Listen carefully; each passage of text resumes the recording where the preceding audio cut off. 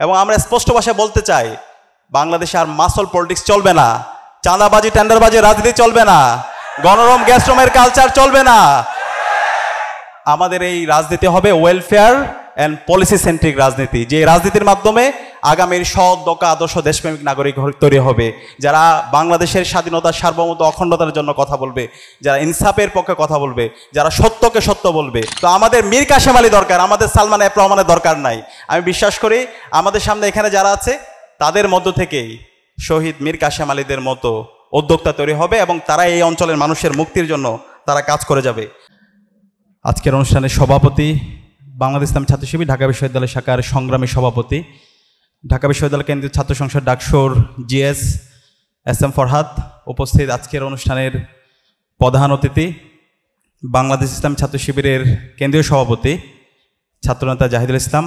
উপস্থিত অন্যান্য অতিথিবৃন্দ, উপস্থিত প্রিয় শিক্ষার্থী ভাই এবং বোনেরা, আসসালামু আলাইকুম ওয়া রাহমাতুল্লাহি ওয়া বারাকাতুহু। সবাইকে আন্তরিক মোবারকবাদ জ্ঞাপন করছি। ব্যস্ততার মাঝে আপনারা ইসলামী ছাত্র শিবিরের এই অসাধারণ আয়োজনে এসেছেন এবং একই সাথে ইসলামী ছাত্র শিবিরকে ধন্যবাদ জানাচ্ছি। প্রথম বর্ষের শিক্ষার্থী ভাই বোনদেরকে নিয়ে আজকের অনবদ্য আয়োজন করেছে, সে কারণে আমরা একসাথে আপনাদের জন্য এবং ছাত্র শিবিরের জন্য আমরা ডাকসুর পক্ষ থেকে করতালি দিচ্ছি। আমি যাদের সামনে দাঁড়িয়ে কথা বলছি, আগামীর বাংলাদেশ আপনারাই। আমি দেখতে পাচ্ছি আজকে এখানে যারা আছে এখান থেকে আগামীর বাংলাদেশের অথবা ক্যানাডাটা আমি সেটেল হব, এই যদি আপনার নিয়ত থাকে তাহলে আপনি ব্যবসায়ী হন, উদ্যোক্তা হন, যাই হন, এটা হওয়ার মাধ্যমে এই মানবতার মুক্তি হবে না, এই জাতির মুক্তি হবে না। আমরা বিগত ফেসিবাদে আমরা দেখতে পেয়েছি এই ধরনের বড় বড় ব্যবসায়ী হয়েছে। দরবেশ বাবারা চিনেন না, যে আজকে এই দেশ থেকে পালাইছে, বড় ব্যবসায়ী ছিল, হাজার হাজার কোটি টাকা লোপাট করছে, তাদের মাকসাদটা কিন্তু এটাই ছিল। কিন্তু এই ধরনের উদ্দেশ্য থাকলে হবে না, আপনার মূল উদ্দেশ্য থাকবে এই অঞ্চলের মানুষের মুক্তির জন্য কাজ করা, যে কাজটা ইসলামী ছাত্র শিবিরের প্রতিষ্ঠাতা সভাপতি শহীদ মীর কাসেম আলী করেছিল। ওনার নাম কি আপনারা জানেন? শহীদ মীর কাসেম আলী সম্পর্কে একটু জানবেন। তিনি ইসলামী ছাত্র শিবিরকে প্রতিষ্ঠা করেছেন। ছাত্র শিবির প্রতিষ্ঠা করার পরে সারা দেশব্যাপী ছাত্র শিবিরকে ছড়িয়ে দিয়েছেন। এরপর অসংখ্য প্রতিষ্ঠান তিনি করেছেন। সারাটা জীবন তিনি মানবতার জন্য, এই অঞ্চলের মানুষের জন্য, সারা বিশ্বের জন্য তারা কাজ করে গিয়েছেন। তিনি হাসপাতাল করেছেন, স্কুল করেছেন, কলেজ করেছেন, মাদ্রাসা করেছেন এবং শিক্ষা প্রতিষ্ঠান করেছেন, মিডিয়া তৈরি করেছেন। পার্বত্য অঞ্চলের যারা পাহাড়ি আছে, উপজাতি আছে, তাদের জন্য তিনি হাসপাতাল করেছেন। একই সাথে সারা বিশ্বের যারা নিপীড়িত মানুষ আছে, মজলুম আছে, তাদের জন্য কথা বলে গিয়েছেন এবং একই সাথে দেশের স্বাধীনতা সার্বভৌমত্ব অখণ্ডতার জন্য, আধিপত্যবাদের বিরুদ্ধে, আগ্রাসনের বিরুদ্ধে কথা বলে গিয়েছেন। তো আমাদের মীর কাসেম আলী দরকার, আমাদের সালমান এফ রহমানের দরকার নাই। আমি বিশ্বাস করি আমাদের সামনে এখানে যারা আছে তাদের মধ্য থেকেই শহীদ মীর কাসেম আলীদের মতো উদ্যোক্তা তৈরি হবে এবং তারা এই অঞ্চলের মানুষের মুক্তির জন্য তারা কাজ করে যাবে। আজকে ইসলামী ছাত্র শিবির আপনাদেরকে নিয়ে আয়োজন করেছে। ইসলামী ছাত্র শিবিরকে বলা হয় মেধাবীদের সংগঠন, কিন্তু আমি বলতে চাই ইসলামী ছাত্র শিবির মজলুমদের সংগঠন। আজকের যে আয়োজন, আজকে আপনাদেরকে নিয়ে অসাধারণ যে আয়োজন করছে, এই আয়োজনটা এমনি এমনি হয় নাই।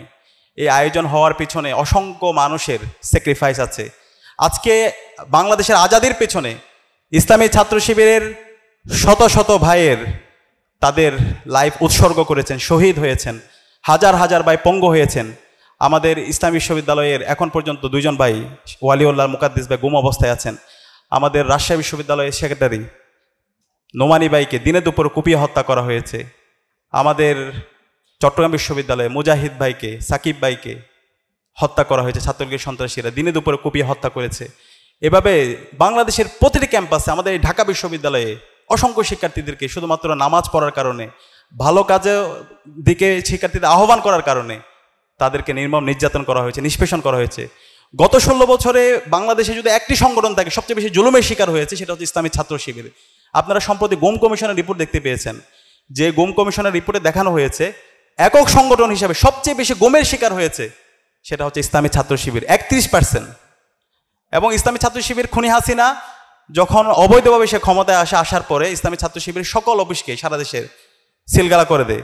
ইসলামী ছাত্র শিবিরের সকল নিয়মতান্ত্রিক প্রোগ্রামগুলোকে তারা জঙ্গি প্রোগ্রাম হিসাবে ট্যাগিং করে, ফ্রেমিং করে। ইসলামী ছাত্র শিবিরের কেন্দ্রীয় সভাপতি দেলাওয়ার হোসেন ভাইকে টানা 57 দিন রিমান্ডে দেয়। ইসলামী ছাত্র শিবিরের কেন্দ্রীয় সভাপতি সিরাজুল ইসলামকে, বুয়েটে আবরার ফাহাদকে যেভাবে নির্মমভাবে নির্যাতন করে, ঠিক একই কায়দায় তাকে নির্যাতন করে। এবং এই আমাদের এই ঢাকা বিশ্ববিদ্যালয়ে শত শত শিক্ষার্থী আমাদের ভাইদেরকে উপর নির্মম নির্যাতন করেছিল। আমাদের রাকিব ভাই নামে একজন মহসিন হলে ইসলামী ছাত্র শিবিরের দায়িত্বশীল ছিল, তাকে সারা রাত ধরে নির্যাতন করেছে। নির্যাতন করার পরে তাকে 4 তালা থেকে ফেলে দেওয়া হয়েছে।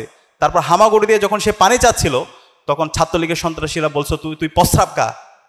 এইভাবে আমাদের হাজার হাজার ভাইদেরকে নির্মম নির্যাতন করেছে, নিষ্পেষণ করেছে।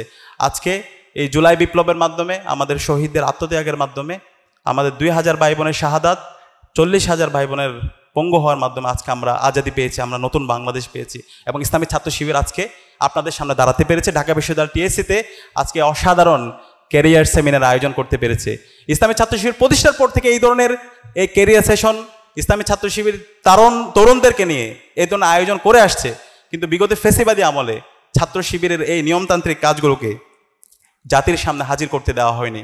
তো আজকে আমরা এই আয়োজন করছি, বিগত সময়ে আমরা করেছিলাম, কিন্তু এভাবে ঘোষণা দিয়ে বিশ্ববিদ্যালয়গুলোতে আমাদের করার সেই স্পেসটা দেওয়া হয় নাই। ইসলামী ছাত্র শিবিরকে হত্যাযোগ্য করা হয়েছিল। তো আজকে বিপ্লব পরবর্তী ইসলামী ছাত্র শিবির দেখিয়েছে বাংলাদেশের রাজনীতি কেমন হওয়া উচিত। এবং আমরা স্পষ্ট ভাষায় বলতে চাই, বাংলাদেশে আর মাসল পলিটিক্স চলবে না, চাঁদাবাজি টেন্ডারবাজি রাজনীতি চলবে না, গণরম গ্যাস্ট্রমের কালচার চলবে না।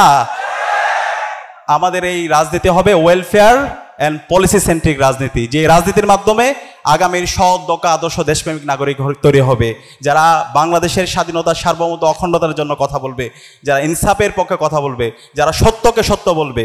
আমি আশা রাখবো বিজনেস ফ্যাকাল্টি যে শিক্ষার্থীরা আছে তারা ইনশাল্লাহ সবাইকে সাথে নিয়ে শহীদদের আকাঙ্ক্ষাকে ধারণ করে আগামীর বাংলাদেশ বিনির্মাণে তারা গুরুত্বপূর্ণ ভূমিকা পালন করবে।